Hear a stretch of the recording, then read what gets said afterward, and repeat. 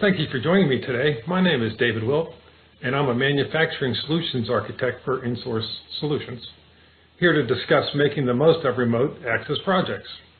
We'll be looking at some of the drawbacks and positive aspects of remote job places on us. Let's get started. So let's start off talking about remote projects being defined. You can see some of my bullet points there.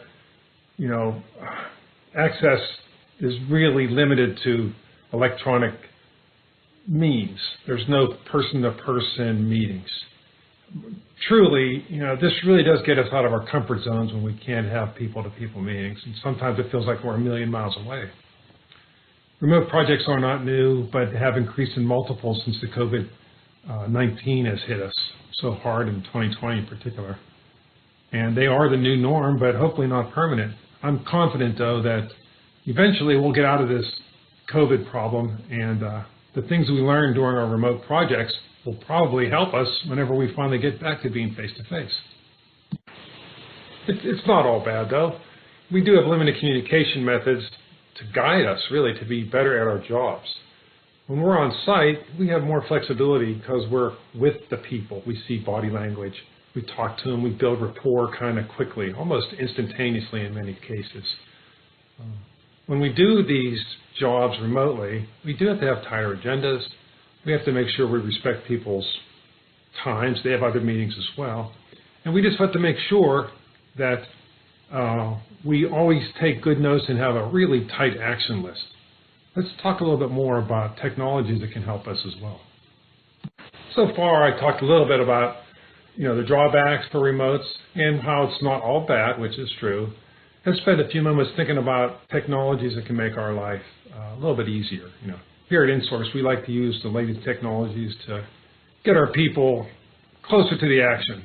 Really, in some ways, if we look back at this in a year from now, we'll be having probably even more ways to make the remote jobs really not feel so distant.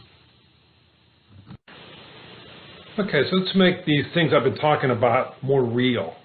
I'm going to discuss for a few moments a remote project I had that just ended just weeks ago.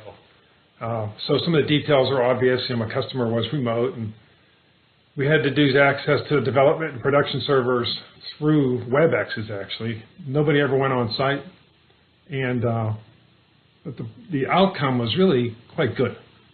The customer mentioned several times that he said, "Oh," in quotes, "I learned a lot doing it this way. This train-the-trainer method remote really did help force us and him to be better at the job." As I started to say on the last slide, this last project we did really was very helpful. There are some generalized outcomes here. Our work schedule was adhered to very closely. Online training was available to those end users, because typically I'll be working with technical folks to install software over internet, pretty much. Project was completed on time, and adoption has been really fantastic. And my final conclusion is that although remote projects do pose challenges, there are many positive aspects, as you see in this example. The current business environment forces us to be better at our craft. It can really be a win-win. Thank you very much for your time. This is David Wilt from Insource. Call it out.